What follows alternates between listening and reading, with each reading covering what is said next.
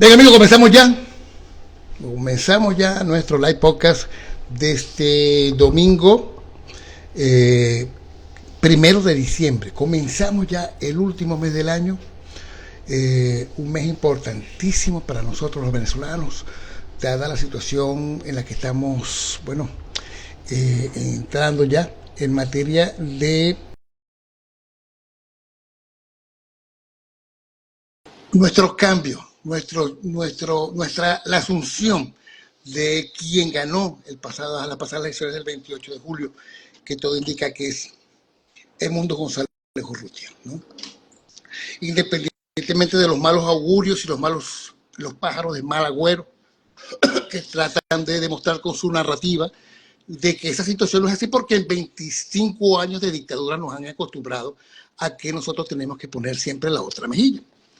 Bueno, Maduro busca desesperadamente acercarse a petroleros de Estados Unidos y al gobierno de Petro para asegurar golpe de Estado del 10 de enero, en caso tal de que Maduro quiera tratar de pasar por alto su derrota. Y bueno, allí estaríamos preguntando, ¿se acelera el punto de quiebre o estamos ante la muerte de la democracia? Jan Antonio de la Cruz con nosotros, director ejecutivo de Interamérica. ¿Cómo te encuentras, Antonio? Muy buenos días, damas. Es un placer estar contigo y con la audiencia. ¿Me escuchas? Yo te escucho bien. No te escucho en este momento. ¿Tú no me escuchas a mí? Parece que tengo problemas para escuchar a Antonio. Antonio, no te escucho. ¿Tú me escuchas a mí? Perfecto. ¿Tú a mí? Perfecto. A ver. Voy a apagar el micrófono, a ver si no. Porque no te escucho y yo tengo micrófono. la manera. ¿Me escuchas? Ya se nos está uniendo. Bueno, ¿Me escuchas? A ver, inténtalo de nuevo. Puedes salir y volver a entrar para ver. ¿Me escuchas? ¿Te parece?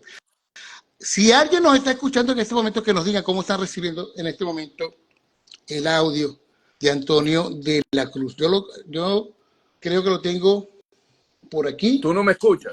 Yo te escucho muy bien. En este momento, a ver, Antonio de la Cruz. Muy bien.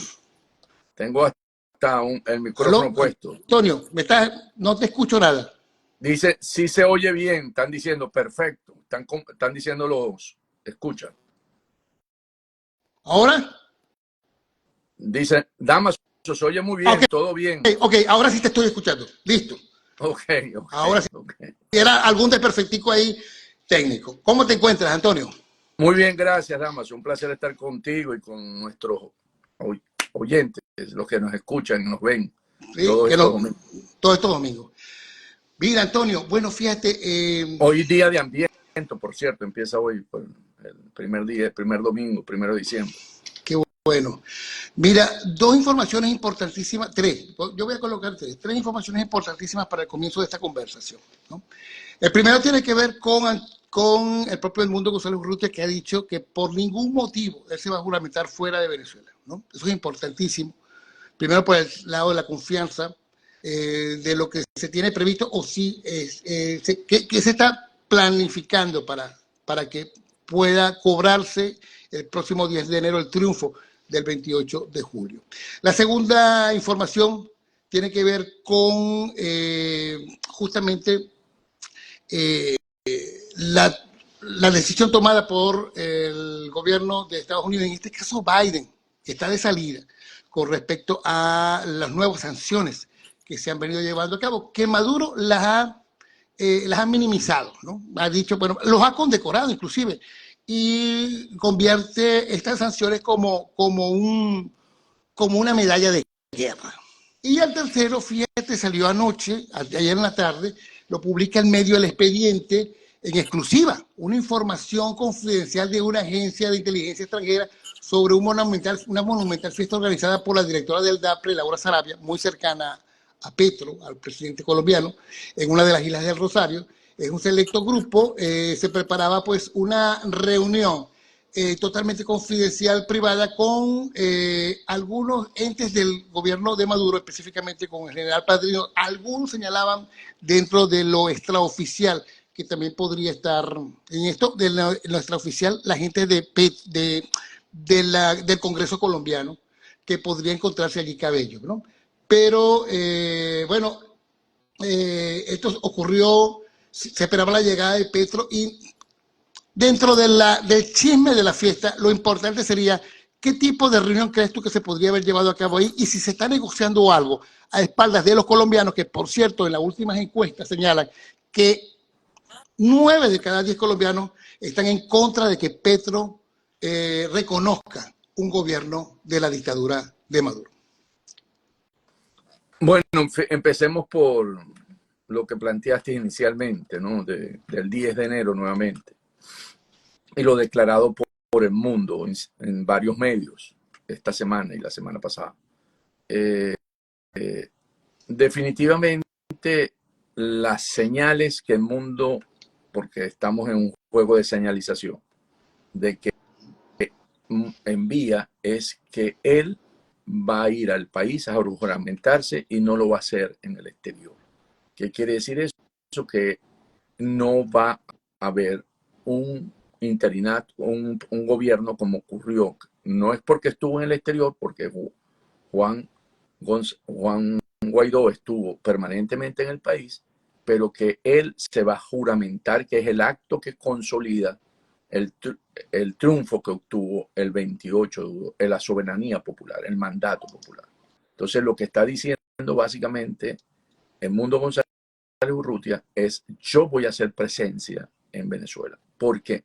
Porque si él no está presente en Venezuela, el acto soberano del pueblo que lo nombró y lo eligió, entonces no tiene la misma fuerza, porque en ese momento Maduro consume el golpe de Estado y por lo tanto la coalición que lo apoya a Maduro, donde están miembros de las Fuerzas Armadas, ¿verdad?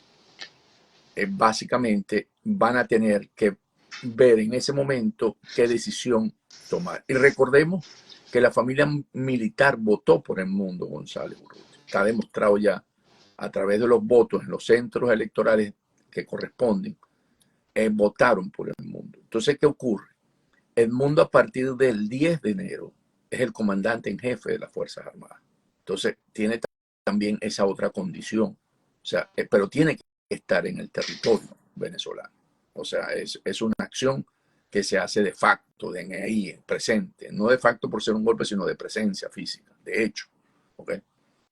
Y entonces, yo cuando escucho a El Mundo González Urrutia decir, me juramento en Venezuela, lo que escucho es una señal clara y precisa para todos aquellos que votaron por él, tengan la confianza de que ese día se va a juramentar. Y ahí la mejor señal es para ese sector que hoy sabemos que puede tomar la decisión de decir el presidente electo se llama El Mundo González Urrutia, porque lo conocen, porque saben, porque vieron las actas, porque vieron, ¿verdad?, todo el proceso electoral y en ese momento consolidar lo que corresponde de acuerdo a lo que ocurrió el 28 de julio.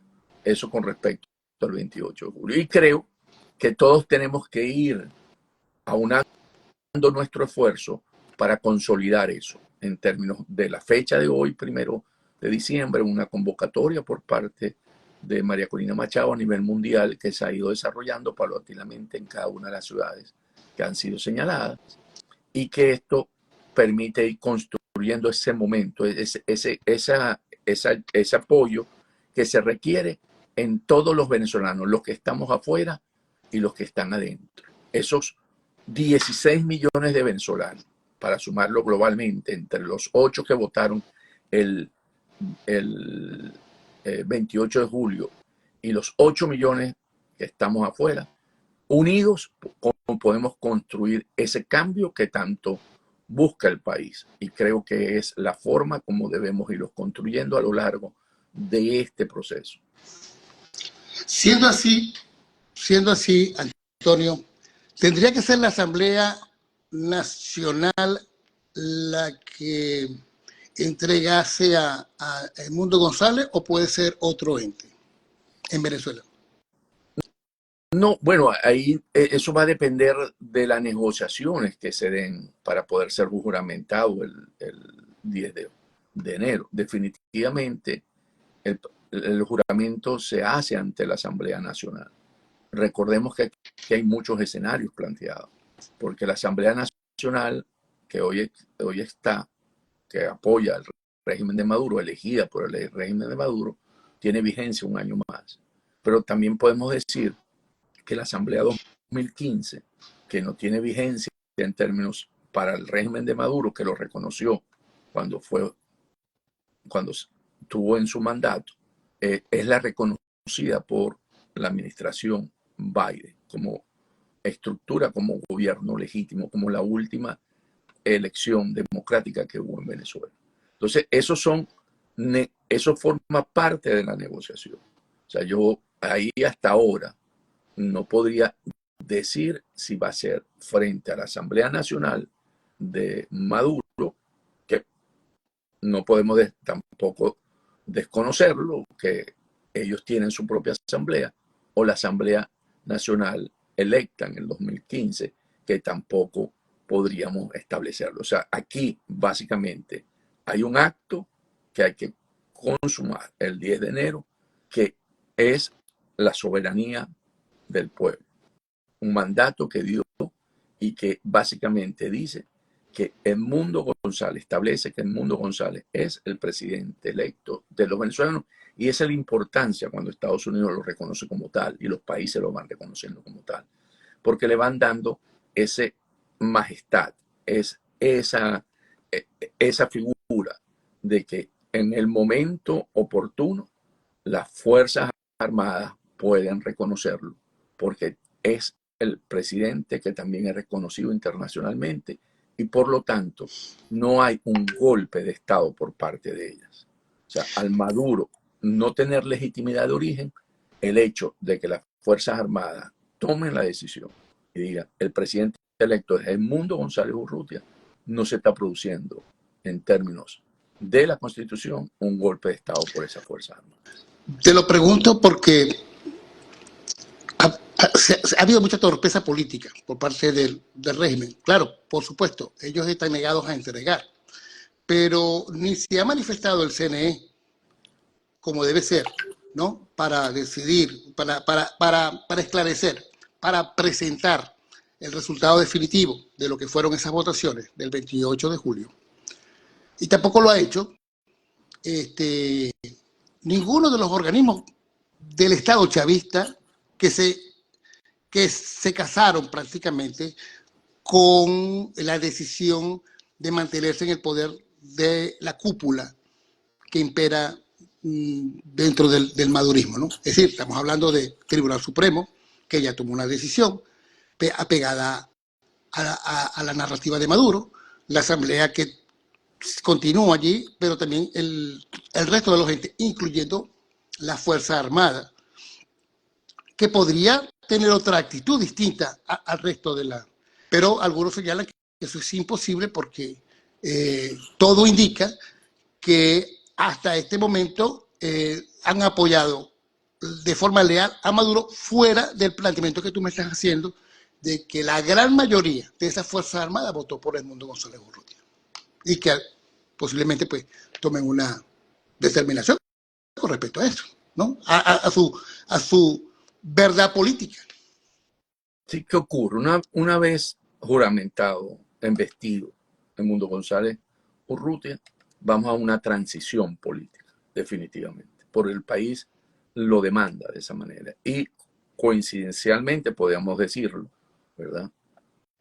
Es el año donde se eligen la Asamblea Nacional, ¿verdad? Nuevamente, o sea, por el ciclo que corresponde del tiempo en ejercicio, y las autoridades regionales.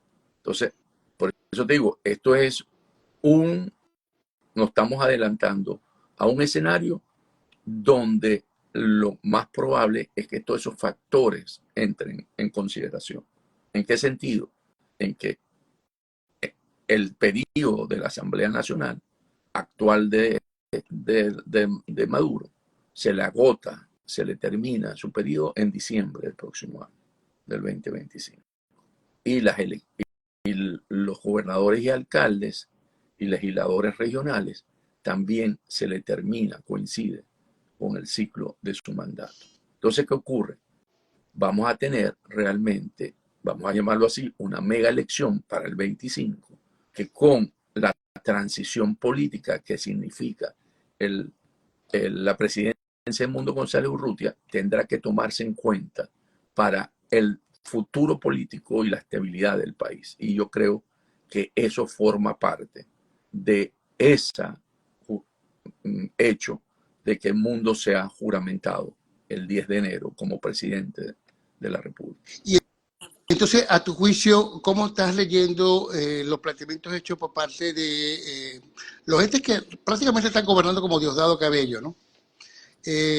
Donde prácticamente muestran unas esposas. Te estamos esperando con estas esposas. Una vez toques el 6CPC que nosotros manejamos, pues te van a poner, te van a detener.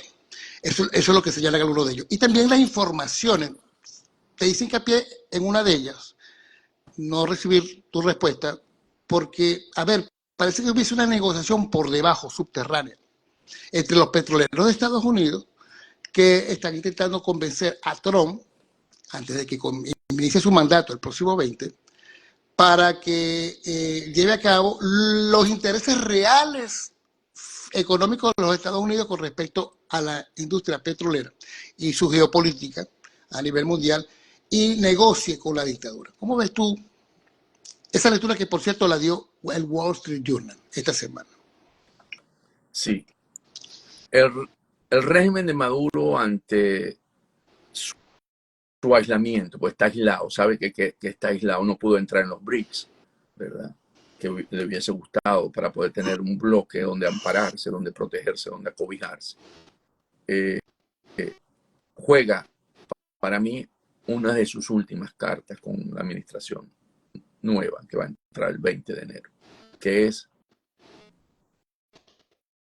acepto los venezolanos que han llegado indocumentados a Estados Unidos, producto de la misma crisis política, ¿verdad? Y permito que los negocios con las empresas extranjeras que están operando en Venezuela en términos de petróleo y exportaciones sigan teniendo acceso a nuestras riquezas.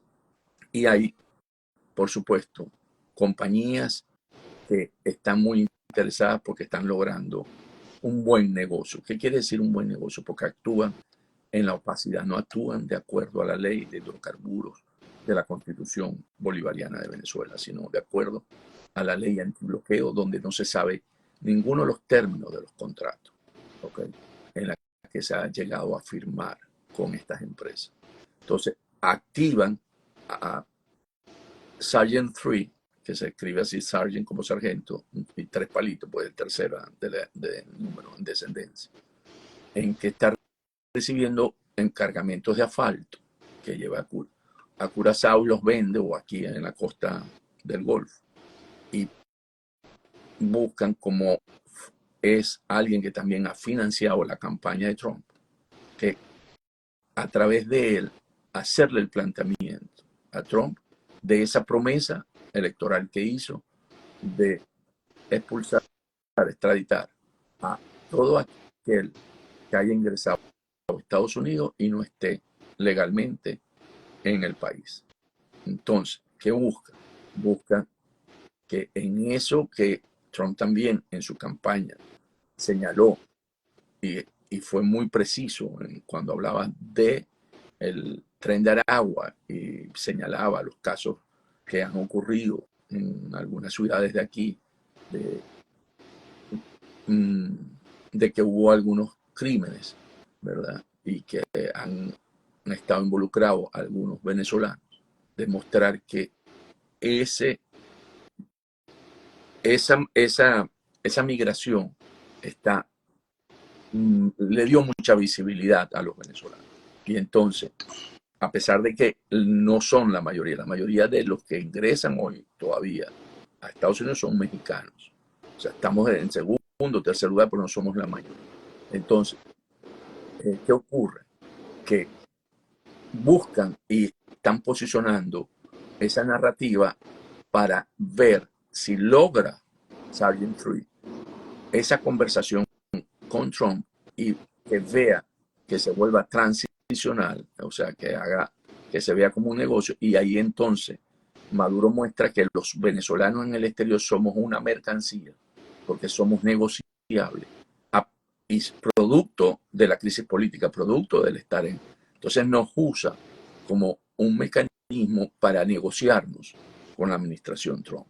Sin embargo, como lo hemos conversado anteriormente, aquí están muchos actores con posiciones de decisión y de influencia también, como son Marco Rubio en el Departamento de Estado y Waltz en Consejo de Seguridad Nacional, ¿verdad?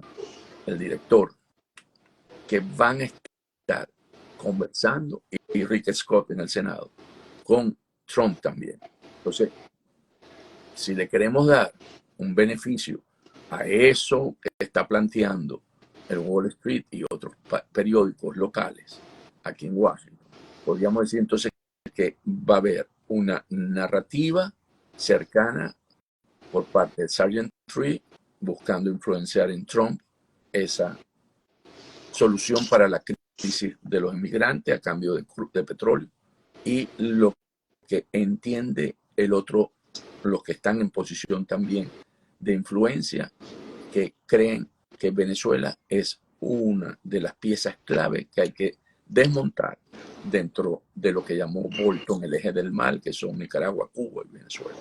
Entonces, creo, de lo que conozco esta ciudad, que va a tener mucho más fuerza los que están en posición de influenciar desde el aparato, desde el Estado, que lo que pueda tener una persona que lo que viene es a presentar un caso para darle una solución no solamente a sus negocios, sino que cree que a lo del presidente, porque aquí lo que está buscando estos lobistas es favorecer sus negocios a cambio de complacer una propuesta del presidente Trump de extraditar a los que hayan ingresado a este país ilegalmente.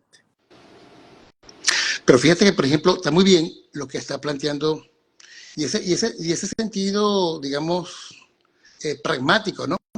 De cómo se maneja la política. Pero todo para criticar. Por ejemplo, hay un trabajo muy interesante de Ramón Carlos Álvarez que nosotros logramos reproducirlo aquí en Venezuela USA, pero es original de la Deutsche Welle, en el que señala justamente sobre este tema de Maduro ante la nueva presidencia de Trump, que invariablemente de las negociaciones que se puedan estar dando, considera que va a ser Trump ante no solamente Maduro, sino Cuba y también Nicaragua, y el resto de la izquierda que está en América Latina va a ser de una máxima presión, así lo indica, de máxima presión con respecto pues a este tipo de regímenes que inclusive se habla de que va a ser un gobierno que va a reforzar el tema de la ley Bolívar, que reconoce ya de por sí a Edmundo González y que va a seguir emitiendo fuertes sanciones a funcionarios del régimen, no al país entero, ¿no? Y va a anticipar pues una política exterior más severa hacia Nicolás Maduro a partir del propio primer día, 20 de enero, fecha en la cual pues asume Donald Trump. Sí, fíjate. Se me olvidó dar un elemento ahí especulativo, que es el siguiente. El Día de Acción de Gracia, que para los Estados Unidos es muy importante porque se reúnen las familias. O sea, para los maracuchos es el símbolo del 31 de diciembre, que todos tenemos que llegar a casa para para pedirle la bendición a mamá, como dice la gaita. Faltan 5 para las 12. Aquí se reúne la familia el Día de Acción de Gracia. Y quien pasó ese día con Trump en Mar-a-Lago es Elon Musk. O sea, Elon Musk está en el círculo de la familia de Trump. En el primer anillo ¿Y qué quiere decir eso? ¿Qué quiere decir eso? Que Trump, pongamos que los dos, tanto Sargent Tree como el departamento y el consejo le estén dando, y él no tenga la decisión tomada. Él le va a preguntar a los más allegados, y le va a preguntar a Elon Musk, ¿tú qué piensas de Venezuela? porque sabemos que así funciona Trump. Y Elon Musk tiene una visión muy clara de lo que pasa en Venezuela. ¿Okay? O sea, de hecho, Maduro casó una pelea con él. Lo dijimos en un programa pasado. Casó una mala pelea. Entonces, Elon Musk le va a decir lo que es lo que sucede en Venezuela. Entonces, al final, por eso yo veo que la balanza se va a inclinar hacia lo que estás leyendo, de que si Maduro no entiende estas señales que están ocurriendo, y están ocurriendo con la administración actual. O sea, yo creo que aquí Biden está actuando con el deber ser, que no lo había querido hacer antes por temores de la campaña electoral, pues se metió a la campaña electoral. Pero lo tenía listo para poder haber sacado los sancionados, los 21 sancionados, en la que está la hija de Diosdado Cabello, que me imagino que le afectó muchísimo, ¿verdad? Porque esa es la hija consentida de Diosdado. Daniel. ¿No? Y porque se demostró que sí tenía negocio aquí en los Estados Unidos. Sí, por eso. Entonces, y después podemos hablar cuál es su respuesta ante eso. Vino está haciendo las cosas, y además retiraron 2.000 visas, que uno no sabe la lista, porque eso es privado, y eso le llega a cada quien en su carta, le ha sido removida su visa. ¿Verdad? Y le está quedando solamente el suspender la licencia 41 que tiene Chevron. Si la administración Biden toma esa decisión para el 1 de enero, pues ya no pudo ser porque hoy es 1 de diciembre y no la suspendió, por supuesto, y se renueva automáticamente. Si no leen esas señales, Maduro, sus consecuencias van a ser, el costo de salida va a ser mucho más alto y va a tener menos capacidad de poder negociar.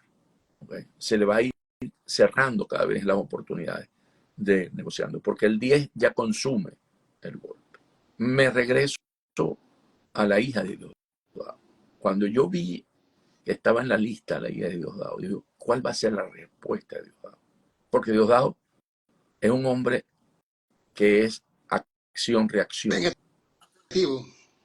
Y entonces, a pesar de ser un hombre que le da miedo también, él es un hombre, por lo que vimos el 11 de abril, y lo que se conoce públicamente, ¿verdad? Que estaba muy asustado. Hay los que especulan y dicen que lo vieron, ¿verdad? Con los pantalones mojados. Él iba a reaccionar.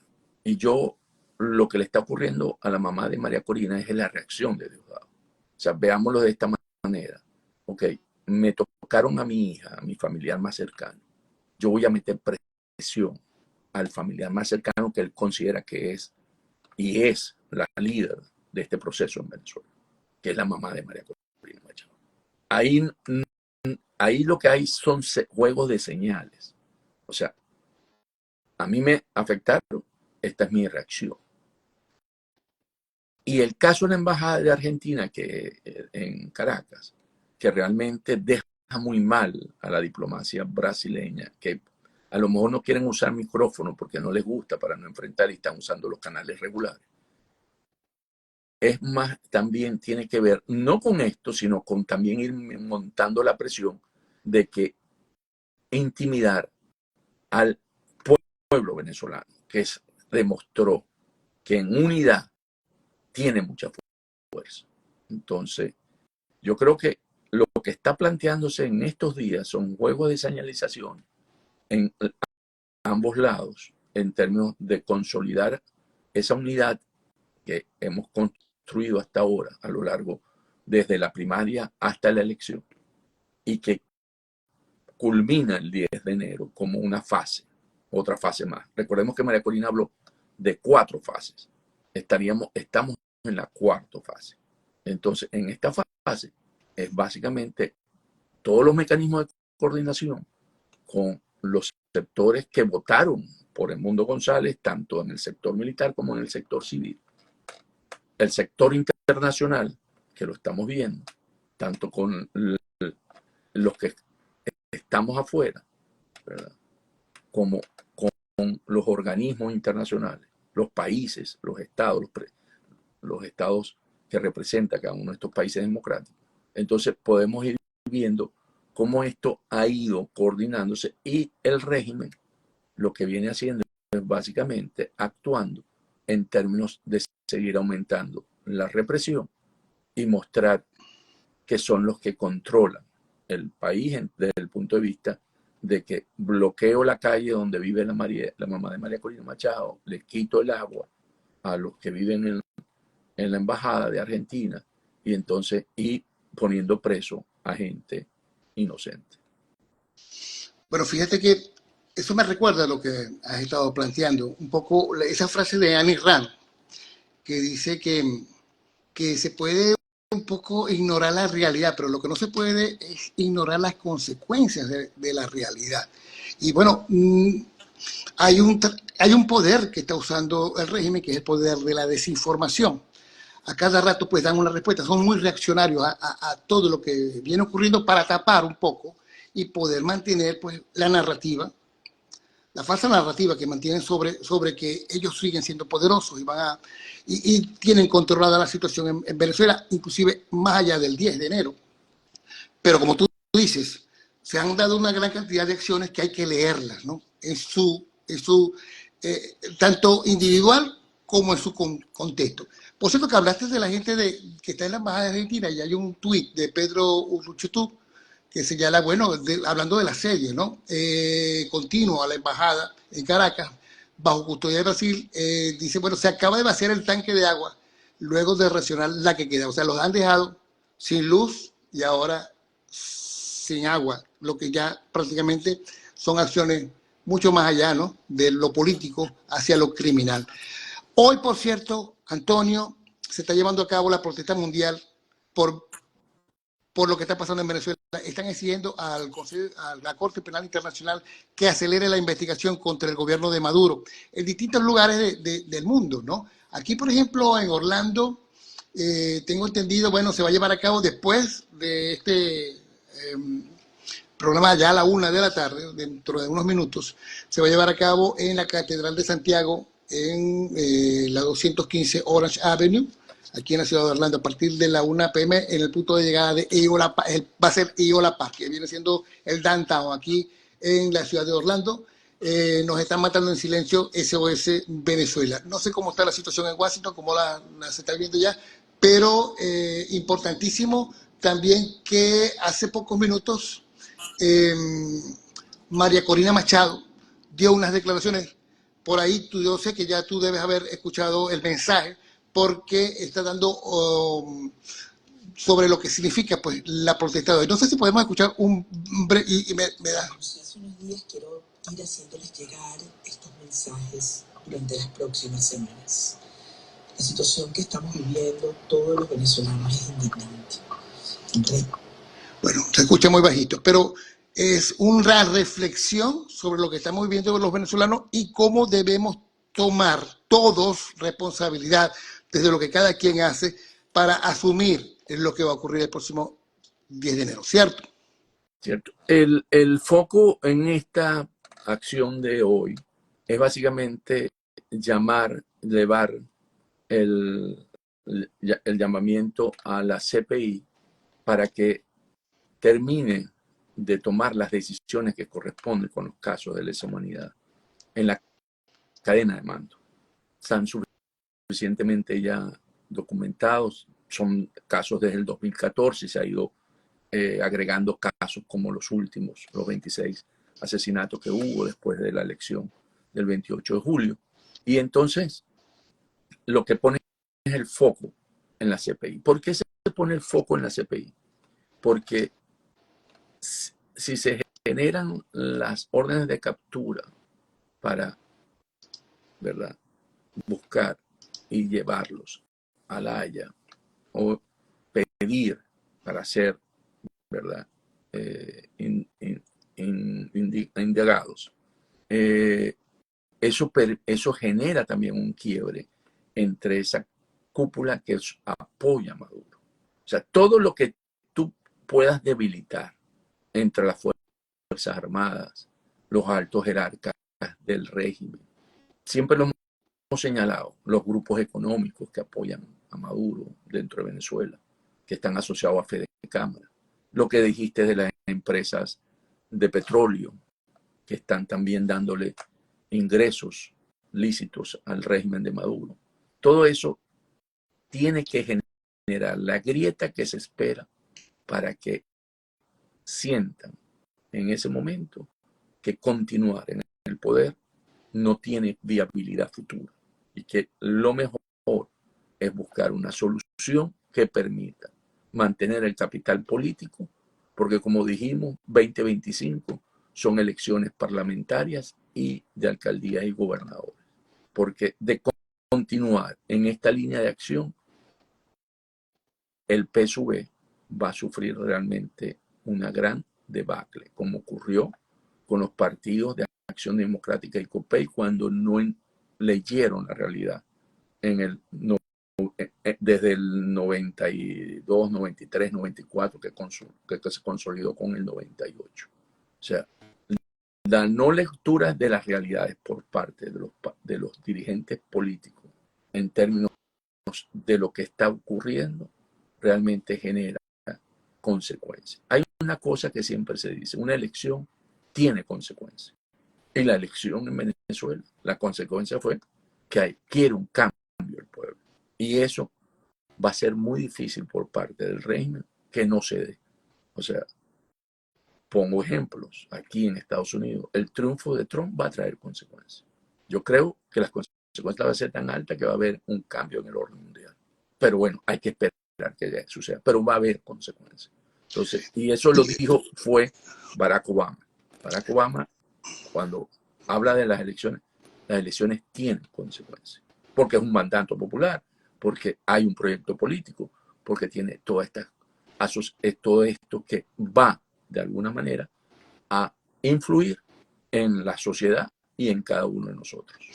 No, y fíjate que tan cierto es lo que estás diciendo que podríamos hablar, si alguien quiere hacer un análisis, o sea, podríamos tomar en cuenta que una cosa fue el régimen de Maduro, que independientemente que estuviera debilitado o no, o fortalecido, o con una relación, digamos, fraterna con sus seguidores, fue uno antes del 28 de julio y uno después del 28 de julio. O sea, se ha removido tanto que han tenido que tomar la fuerza para tratar de mantenerse y tener un hombre como Diosdado Cabello, que es una visión totalmente fascista en la verdadera dimensión de la palabra que ellos utilizan para enfrentar a sus contrincantes, que para ellos no son contrincantes sino enemigos, cómo ha cambiado completamente un régimen que prácticamente se le ha ido de las manos a Maduro y lo sostiene Cabello.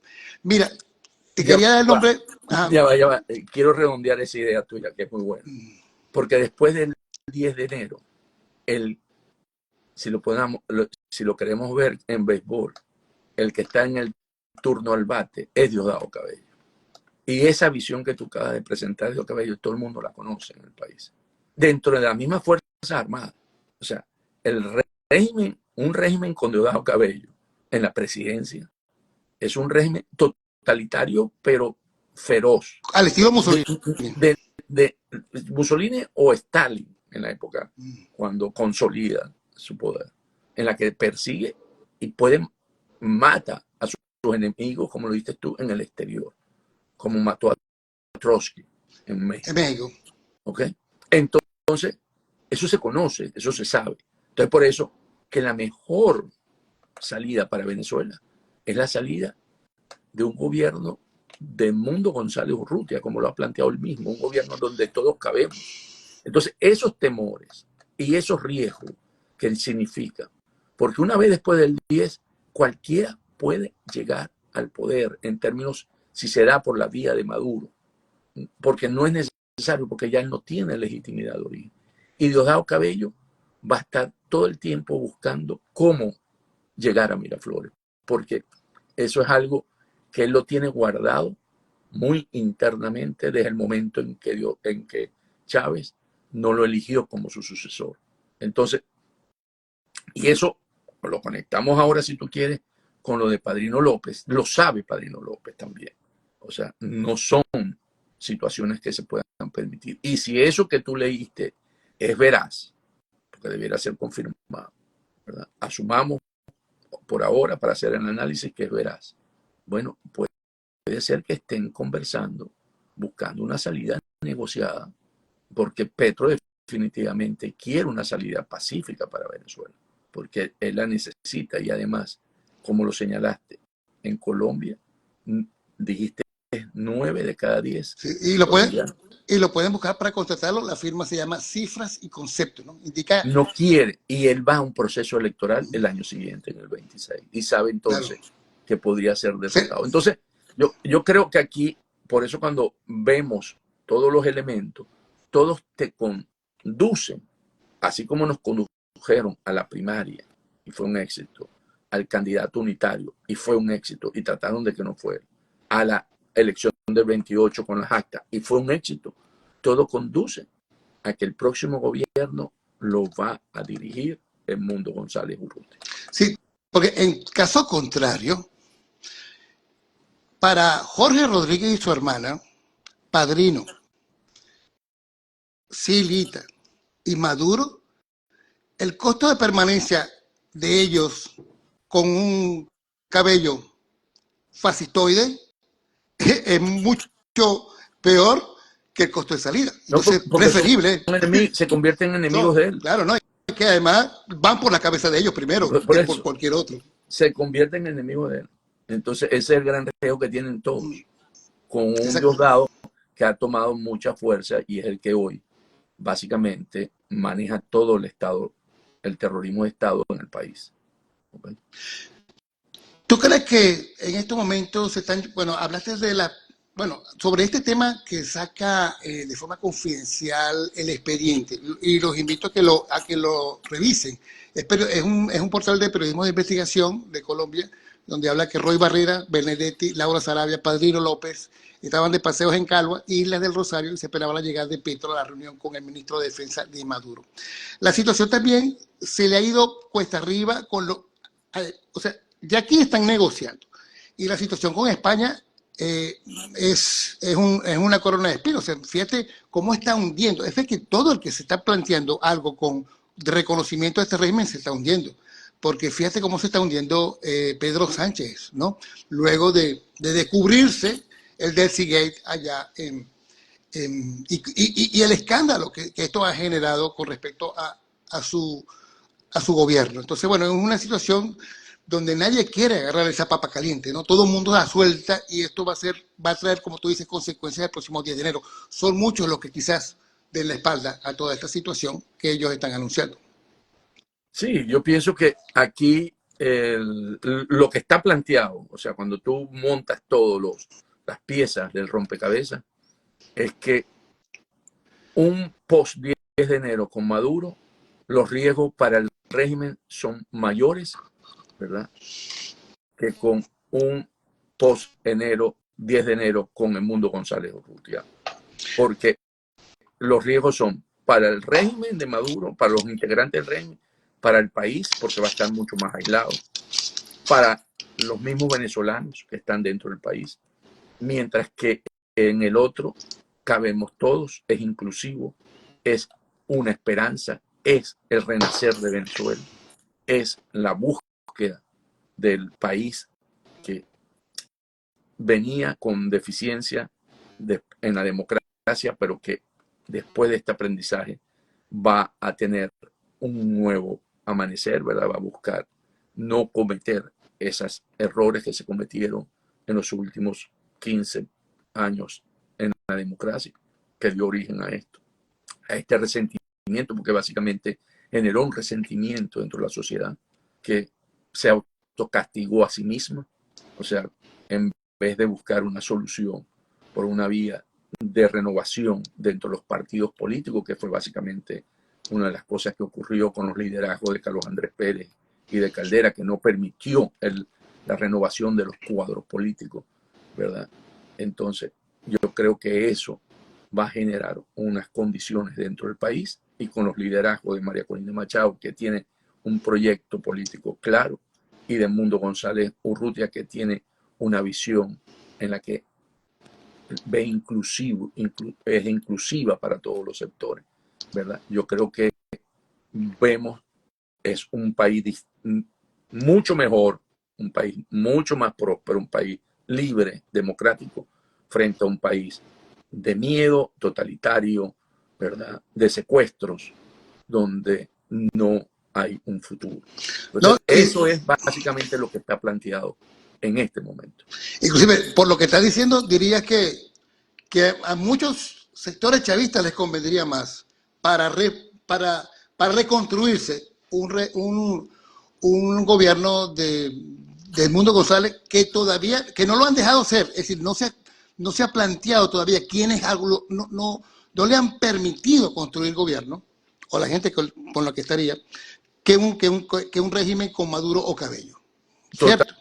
Totalmente, totalmente, porque los hijos o las hijas de esos chavistas van a dejar el país, porque no hay futuro. Entonces la familia que en un momento tuvo alguna disponibilidad, una estabilidad económica, porque estaba asociada al régimen del momento, no va a tener ningún efecto porque ellos, esa generación, se va a ir del país con toda seguridad, porque el país no va a tener futuro para nada, va a ser un país totalitario, como lo viste, Mussolini, Stalin, ¿qué queráis poner de todo ello? Mira, Antonio, vamos a leer las inquietudes de la gente que te está escuchando. Mira, por cierto, se está uniendo ahorita muchas personas aquí a ver, Alexis Armada, Lorena Espinosa, Konomoto Mirna, Kelly Cristina, Lucas Taneda. Bueno, mira, de Mayra Román dice, yo creo que el régimen va a juramentar al dictador antes del 10 de enero. Es válido su inquietud. Ellos no respetan la Constitución y les vale madre, estamos en redes sociales, madre, la comunidad internacional. Nos dice ya lo leí ahorita aquí, aquí dice María García, amén, que así sea la voluntad de Dios. Por eso fue lo que nos dijo de Mayra Román, que estaba buscando quién nos había escrito esa inquietud. Y Delgado 2012 nos dice, buenas tardes, ¿ustedes creen que Petro quiere que Maduro y Diosdado salgan? Petro se reunió este fin con Diosdado. ¿Por qué y para qué? Ya lo respondió, pero le puede dar una segunda visión. Diosdado es esa mente de tipo Mussolini, efectivamente, nos dice Ávila Marín, ¿no? Y también quiero disfrutar de nuevo de un país libre y próspero. Ya por último, vamos a jugar, aquí está Faría Emiliano. Señor, el problema, no, a ver, tendría que buscar a Faría, aquí dice Faría Emiliano, el problema de los venezolanos lo resuelven los venezolanos. Si eso es así, lo único que pueden resolver esto, todos sabemos quiénes son. Recordemos a Wolfgang Larrazábal. Y la señora Naily le responde a Rafael Emiliano, señor, el problema es que los venezolanos están secuestrados, todo el país entero ya hicieron todo lo que se podía hacer, ahora les toca a la comunidad internacional sacar a Maduro. Se lo están tomando y que a broma, pero estos están arrechos, ese ser metiéndose con la madre de ella es porque les dieron donde más les duele, el dinero. Y finalizo, a ver, Antonio, porque yo sé que todo el mundo quiere que les lea su mensaje. Ahora la debilidad para negociar la tiene Maduro. Armando M. 1960. Y termino con Bernicar. Con Edmundo González Urrutia tendrán mejores condiciones esos empresarios que están con Maduro.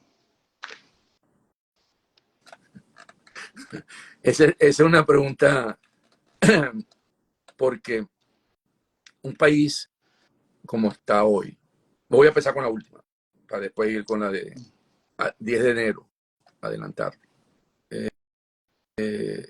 Un país como el que está en este momento, destruido desde el punto de vista de infraestructura, desde el punto de vista económica, social, ¿verdad?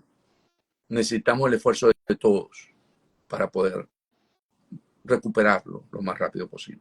Tiene los recursos para hacerlo, tiene la gente para hacerlo, porque si vemos 8 millones, como hemos dicho siempre, dentro votaron 8 millones afuera, quiere decir que hay 8 millones de venezolanos que tienen hoy, que han emprendido fuera, que tienen saben cómo hacer negocio, porque la diáspora venezolana ha aportado más que lo que se señala que haya ocurrido en algunos hechos aislados de criminalidad.